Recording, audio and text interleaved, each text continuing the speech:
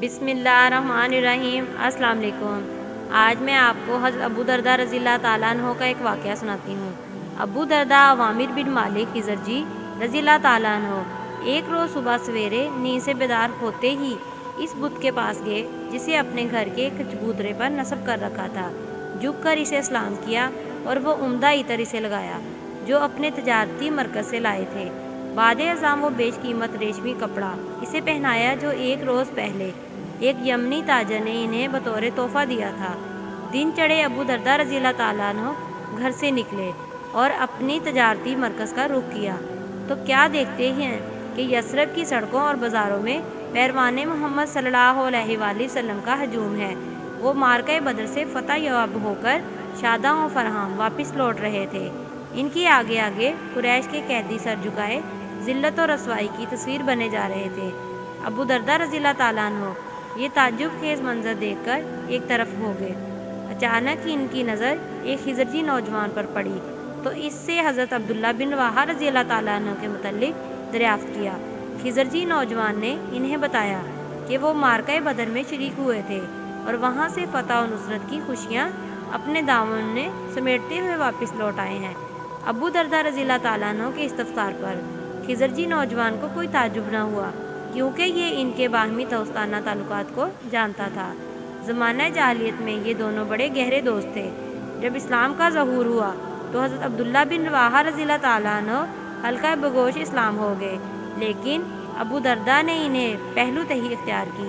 البتہ ان دونوں ساتھیوں کے مابین گہرے تعلقات بدستور قائم رہے۔ حضرت عبداللہ بن رواحہ رضی اللہ تعالیٰ عنہ ملاقات کے لیے وقتاً فوقتاً ابو درداء کے پاس آتے اور انہیں اسلام کی طرف دعوت دیتے، شرک سے اجتناب اور نور اسلام سے فیضیاب ہونے کی مسلسل تلقین کرتے رہتے۔ ایک دن ابو درداء اپنے تجارتی مرکز پہنچے۔ مسند پر بیٹھتے ہی خرید و فروخت میں مشغول ہو گئے۔ ملازمین کو مختلف فرائض سر انجام دینے کے لیے حکم صادر کرنے لگے۔ انہیں اس بات کا کوئی علم نہ تھا کہ ان کے گھر آج کیا نیا واقعہ رونما ہو چکا ہے۔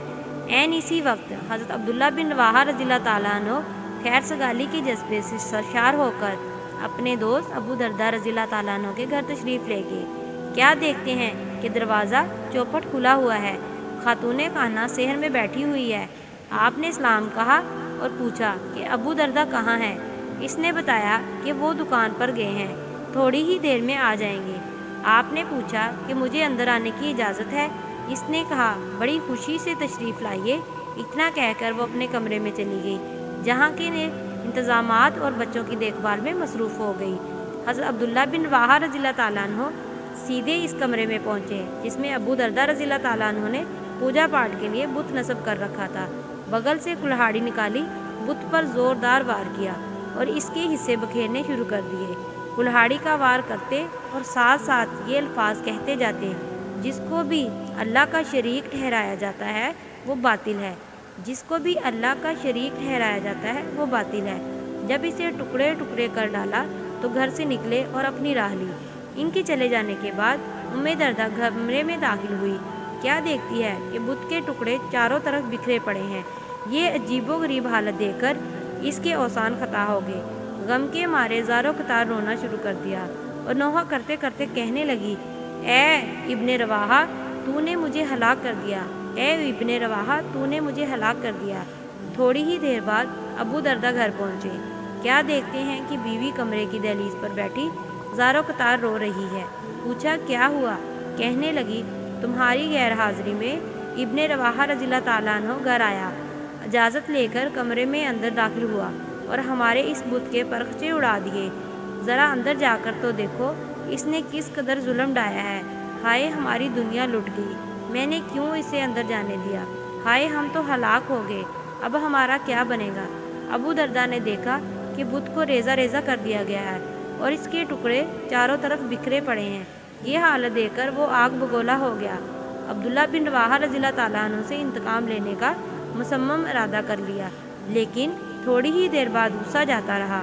اس حادثے پر ٹھنڈے دل سے غور کرنے لگا۔ اس کے دل میں اچانک یہ خیال آیا کہ اگر اس بت میں کوئی خوبی ہوتی تو آج یہ ضرور اپنا دفاع کرتا، اور ہم کس قدر بے شعور ہیں کہ جو اپنا نفع نقصان کا مالک نہیں، ہم اس کی پوجا پاٹ کرتے ہیں۔ اس خیال کا آنا تھا کہ دل کی دنیا بدل گئی۔ فوراً حضرت عبداللہ بن رواحہ رضی اللہ تعالیٰ عنہ کے پاس پہنچے اور انہیں اپنے ہمراہ لے کر رسول اقدس صلی اللہ علیہ وآلہ وسلم کی خدمت میں حاضر ہوئے اور مشرفہ با اسلام ہونے کا اعلان کر دیا۔ یہ اپنے محلے میں اسلام قبول کرنے کے اعتبار سے سب سے آخری خوش قسمت انسان ہوئے۔ حضرت ابو درداء رضی اللہ تعالیٰ عنہ رسول اکرم صلی اللہ علیہ وآلہ وسلم کے چہرہ انور کو دیکھتے ہی کلمہ طیبہ پڑھتے ہوئے دائرہ اسلام میں داخل ہو گئے اور آفتاب رسالت کی جلوہ نمائیوں سے دل کی تاریکیاں چھٹ گئی۔ دل کی دنیا بدل جانے کے بعد انہیں اپنی سابقہ زندگی پر شدت سے ندامت محسوس ہونے لگی۔ انہیں اس بات کا شدید احساس ہوا کہ اس کے ساتھی دینی احکامات اور قرآنی تعلیمات میں مجھ سے بہت آگے بڑھ چکے ہیں اور انہوں نے اپنے نامہ اعمال میں نیکیوں کا بیش بہا خزانہ جمع کر لیا ہے۔ انہوں نے اپنی اس کمی کو پورا کرنے کے لیے انتھک محنت کا پختہ ارادہ کر لیا اور آپ نے علم و تقویٰ کے حصول کے لیے دن رات ایک کر دیا اور اس میدان میں بڑھ جانے والے قافلے کو بہت جلد ہی جا ملے۔ پوری یکسوئی کے ساتھ عبادت میں مصروف ہو گئے اور علم کی طرف اس طرح لپکے جیسے کوئی پیاسا پانی کے چشمے کی طرف لپکتا ہے۔ پوری توجہ سے قرآنی آیت کو زبانی یاد کرنا اور ان پر غور و تدبر کرنے لگے۔ آپ نے جب یہ محسوس کیا کہ تجارتی مصروفیات عبادت کی لذت پر اثر انداز ہو رہی ہیں اور علمی مجالس میں بہت بڑی رکاوٹ بن رہی ہیں تو بغیر کسی تردد کے تجارت کو خیر بات کہہ دیا۔ عبادت گزاری اور حصول علم کے لیے ہمہ مصروف ہو گئے۔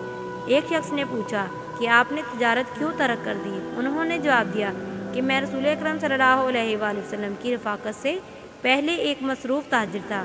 جب اسلام قبول کیا تو میں نے عبادت اور تجارت کو ساتھ ساتھ چلانے کی کوشش کی، لیکن میں اس مقصد میں کامیاب نہ ہو سکا، لہٰذا میں نے تجارت کو ترک کر دیا اور عبادت میں ہمہ مصروف ہو گیا۔ مجھے قسم ہے اس ذات کی جس کے قبضے میں میری جان ہے، اب تو مجھے یہ پسند نہیں کہ مسجد کے دروازے پر میری دکان ہو اور باجماعت میری کوئی نماز بھی فوت ہو اور خرید و فروخت کروں اور ہر روز مجھے 300 دینار نفع ہو۔ مجھے اب اس تجارت سے کوئی دلچسپی نہیں۔ پھر آپ نے دریافت کرنے والے کی طرف دیکھ کر اشارہ فرمایا، سنو، میری اس بیان کا یہ مطلب ہرگز نہیں کہ اللہ تعالیٰ نے خرید و فروخت کو حرام قرار دے دیا ہے۔ میں تو بس اب صرف یہ چاہتا ہوں کہ میں ان لوگوں میں سے ہو جاؤں جن کو تجارت اور خرید و فروخت ذکر الہی سے غافل نہیں کرتی۔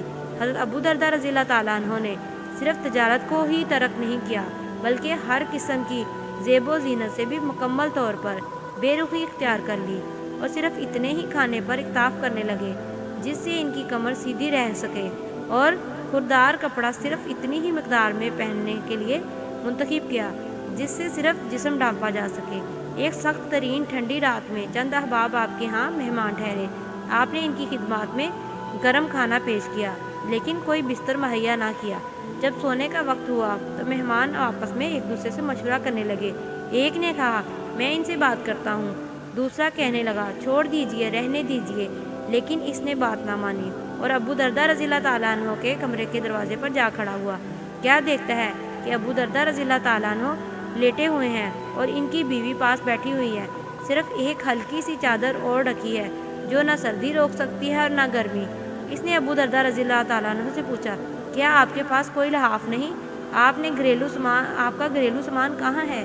آپ نے فرمایا، ہمارا اصل گھر ایک دوسری جگہ پر ہے۔ جو بھی سامان ہمیں دستیاب ہوتا ہے ہم فوراً اسے اس گھر کی طرف روانہ کر دیتے ہیں۔ اگر آج اس گھر میں ہمارے پاس کچھ ہوتا تو ضرور آپ کی خدمت میں پیش کر دیتے۔ ہمارے اس گھر کے راستے میں ایک دشوار گزار گھاٹی حائل ہے، اسے عبور کرنے کے لیے ہلکا پھلکا راہی باری برکم مسافر سے کہیں بہتر رہتا ہے۔ ہم نے سوچا کہ اپنا بوجھ ہلکا کر دیں تاکہ آسانی سے اس دشوار گزار گھاٹی کو عبور کر سکیں۔ پھر آپ نے دریافت کیا، کیا تم میری بات سمجھ گئے ہو؟ اس نے جواب دیا، ہاں، میں بالکل آپ کی بات سمجھ سکتا ہوں، اللہ تعالیٰ آپ کا حامی و ناصر ہو۔ حضرت عمر بن خطاب رضی اللہ تعالیٰ عنہ نے اپنے دور خلافت میں ارادہ کیا کہ حضرت ابو درداء رضی اللہ تعالیٰ عنہ کو شام کا گورنر مقرر کر دیا جائے۔ انتہائی عزت و کرام سے اس عہدے کی پیشکش کی لیکن انہوں نے انکار کر دیا۔ جب حضرت عمر رضی اللہ تعالیٰ عنہ نے بہت اصرار کیا تو فرمانے لگے، امیر المومنین، اگر آپ کو یہ پسند ہے کہ میں اہل شام کو قرآن و سنت کی تعلیم دوں اور انہیں نمازیں پڑھاؤں تو میں بطیب خاطر یہ فریضہ سر انجام دینے کے لیے تیار ہوں۔ یہ بات سن کر حضرت عمر رضی اللہ تعالیٰ عنہ نے اپنی رضامندی کا اظہار کر دیا اور آپ ارض شام کے صدر مقام دمشق کی طرف روانہ ہو گئے۔ وہاں پہنچ کر پتہ چلا کہ باشندگان دمشق ناز و نم کی زندگی بسر کر رہے ہیں، آسائش و آرام کے دلدادہ ہو چکے ہیں۔ باشندگان دمشق کی یہ حالت دیکھ کر آپ بہت پریشان ہوئے۔ آپ نے لوگوں کو مسجد میں جمع ہونے کی دعوت دی۔ جب لوگ اکٹھے ہو گئے تو آپ کھڑے ہو کر فرمانے لگے، اے دمشق کے رہنے والوں، تم میرے دینی بھائی ہو اور دشمنوں کے خلاف ہمارے معاون ہو۔ اے سکنان دمشق، بھلا میری محبت و مودت اور میری نصیحت کو قبول کرنے سے تمہیں کیا چیز روکتی ہے؟ میں تو تم سے کوئی چیز طلب نہیں کرتا۔ میری نصیحت تمہارے فائدے کے لیے ہے اور میرے اخراجات کا بوجھ تمہارے علاوہ کسی اور کے ذمے ہے۔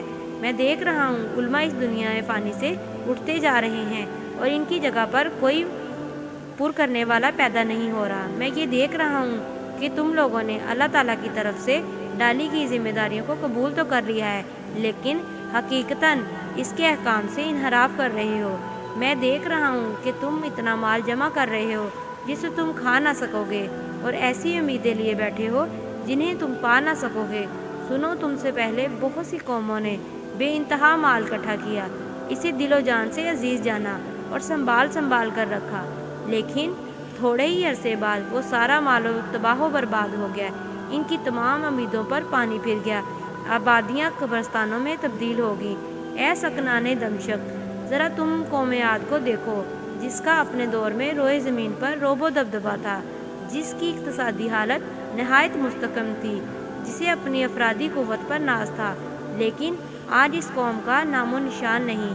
یہ وضع سن کر حاضرین مجلس دھاڑے مار مار کر رونے لگے۔ چیخ و پکار کی دل دوز آوازیں مسجد کی سے باہر سنائی دے رہی تھی۔ اس دن سے حضرت ابو درداء رضی اللہ تعالیٰ عنہ لوگوں کے پاس کثرت سے آنے جانے لگے۔ بعض اوقات آپ بازار میں تشریف لے جاتے، مسئلہ پوچھنے والے کو تسلی بخش جواب دیتے، جاہل کو تعلیم دیتے، غافل کو تنبیہ کرتے اور ہر مناسب موقع کو غنیمت جانتے ہوئے اس سے بھرپور دینی فائدہ اٹھاتے۔ ایک روز آپ کیا دیکھتے ہیں کہ کچھ لوگ ایک شخص کی پٹائی کر رہے ہیں اور گالی دے رہے ہیں۔ آپ نے ان سے دریافت کیا، کیا بات ہے؟ انہوں نے بتایا، یہ شخص کبیرہ گناہ کا مرتکب ہوا ہے۔ آپ نے فرمایا، بھلا مجھے یہ بتاؤ، اگر یہ شخص کنویں میں جا گرتا تو کیا تم اسے باہر نہ نکالتے؟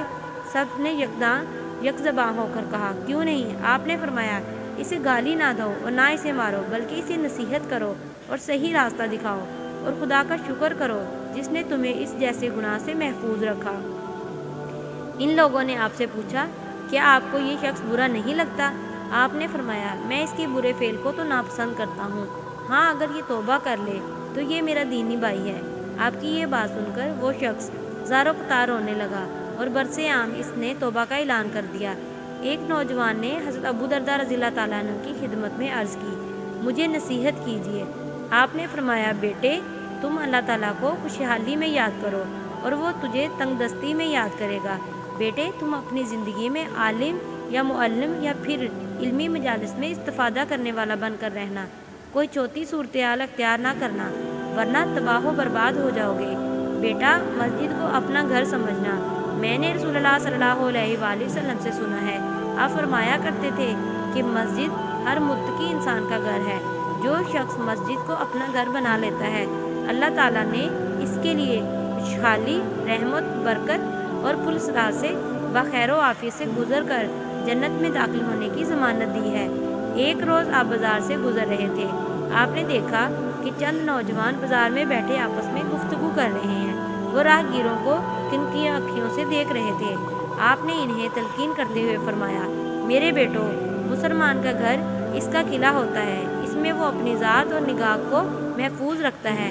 بازاروں میں بلا وجہ نہ بیٹھا کرو، یہ بیٹھک انسان کو غافل کر دیتی ہے اور اس کے کردار کو زبردست نقصان پہنچاتی ہے۔ دمشق میں قیام کے دوران حضرت امیر معاویہ رضی اللہ تعالیٰ عنہ نے اپنے بیٹے کے لیے حضرت ابو درداء سے ان کی بیٹی درداء کا رشتہ طلب کیا۔ آپ نے صاف انکار کر دیا اور اپنی بیٹی کا نکاح عام مسلمانوں میں سے ایک ایسے نوجوان سے کیا جس کی دینی حالت آپ کو بہت پسند تھی۔ یہ بات لوگوں میں بڑی تیزی سے پھیل گئی کہ امیر معاویہ رضی اللہ تعالیٰ عنہ نے حضرت ابو درداء سے رشتہ طلب کیا تھا اور انہوں نے انکار کر دیا۔ لوگوں کو یہ بات سن کر بڑی حیرت ہوئی۔ ایک شخص نے پوچھا، آپ نے ایسے کیوں کیا؟ آپ نے فرمایا، میں اپنی بیٹی کے معاملے میں مناسب فیصلہ کرنے میں آزاد ہوں۔ جو میں نے کیا اس میں اپنی بیٹی درداء کی بہتری کو پیش نظر رکھا ہے۔ اس نے پوچھا، وہ کیسے؟ آپ نے فرمایا، ذرا آپ ہی بتائیے، جب میری بیٹی ایسے محلات میں ہوگی جہاں موتیوں کی جگمگاہٹ نظروں کو خیرہ کرتی ہوگی اور کنیزیں خدمت کے لیے ہر دم موجود ہوں گی، تو پھر اس کی دینی حالت کا کیا حشر ہوگا؟ ایک دفعہ امیر المومنین حضرت عمر بن خطاب رضی اللہ تعالیٰ عنہ نے دمشق کا دورہ کیا۔ حضرت ابو درداء اس وقت وہیں موجود تھے۔ امیر المومنین ایک رات ملاقات کے لیے ان کے گھر تشریف لے گئے۔ دروازے کو ہاتھ لگایا تو اسے کھلا ہوا پایا۔ آپ اندر تشریف لے گئے۔ اندھیرا چھایا ہوا تھا، روشنی کا کوئی انتظام نہ تھا۔ حضرت ابو درداء نے جب امیر المومنین کی آہٹ سنی تو فوراً اٹھے، خوش آمدید کہا اور اپنے پاس بٹھا لیا۔ دونوں باتیں کرنے لگے، لیکن اندھیرے کی وجہ سے ایک دوسرے کو دیکھ نہ سکتے تھے۔ حضرت عمر زنس نے تکیے کو ہاتھ لگایا تو وہ سواری کا پالان تھا۔ بستر ٹٹولا تو وہاں کنکریاں بچھی ہوئی تھی۔ چادر کو ہاتھ لگایا تو وہ اتنی باریک تھی کہ دمشق کی سردی کو قطعاً روک نہ سکتی تھی۔ امیر المومنین رضی اللہ تعالیٰ عنہ نے یہ صورتحال دیکھی تو فرمایا، اللہ آپ پر رحم فرمائے، یہ کیا حال بنا رکھا ہے؟ کیا میں نے آپ کے لیے بہتر انتظامات نہ کیے تھے؟ حضرت ابو درداء رضی اللہ تعالیٰ عنہ نے جواب دیا، امیر المومنین، کیا آپ کو وہ حدیث یاد ہے جو ایک موقع پر رسول اللہ صلی اللہ علیہ وآلہ وسلم نے ہمیں بتائی تھی؟ آپ نے پوچھا، وہ کون سی؟ آپ نے فرمایا، کیا رسول اکرم صلی اللہ علیہ وآلہ وسلم نے یہ نہیں فرمایا تھا کہ تمہارے پاس دنیا کا صرف اتنا مال ہونا چاہیے جتنا مسافر کے پاس زیادہ راہ ہوتا ہے؟ حضرت عمر رضی اللہ تعالیٰ عنہ نے فرمایا، ہاں۔ آپ نے فرمایا، اے امیر المومنین رضی اللہ تعالیٰ عنہ، اس کے بعد ہم نے کیا کیا؟ حضرت عمر رضی اللہ تعالیٰ عنہ نے یہ بات سن کر زار و قطار رونا شروع کر دیا اور آپ کے ساتھ حضرت ابو درداء رضی اللہ تعالیٰ عنہ بھی رونے لگے۔ دونوں عظیم الشان صحابی ساری رات روتے رہے، یہاں تک کہ صبح ہو گئی۔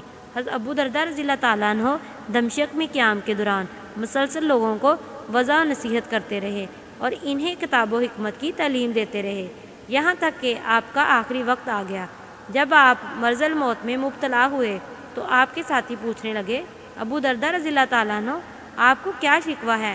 فرمایا، اپنے گناہوں کا۔ انہوں نے پوچھا، آپ کیا چاہتے ہیں؟ فرمایا، اپنے رب سے معافی۔ پھر آپ نے اپنے ارد گرد بیٹھنے والوں کو کہا، میرے پاس لا الہ الا اللہ محمد رسول اللہ کا ورد کرو۔ آپ بھی لگاتار کلمہ طیبہ کا ورد کرتے رہے، یہاں تک کہ آپ کی پاکیزہ روح قفس انصری سے پرواز کر گئی۔ انا للہ و انا الیہ راجعون۔ جب حضرت ابو درداء رضی اللہ تعالیٰ عنہ اپنے اللہ کو پیارے ہو گئے تو حضرت عوف بن مالک اشجعی رضی اللہ تعالیٰ عنہ نے خواب دیکھا۔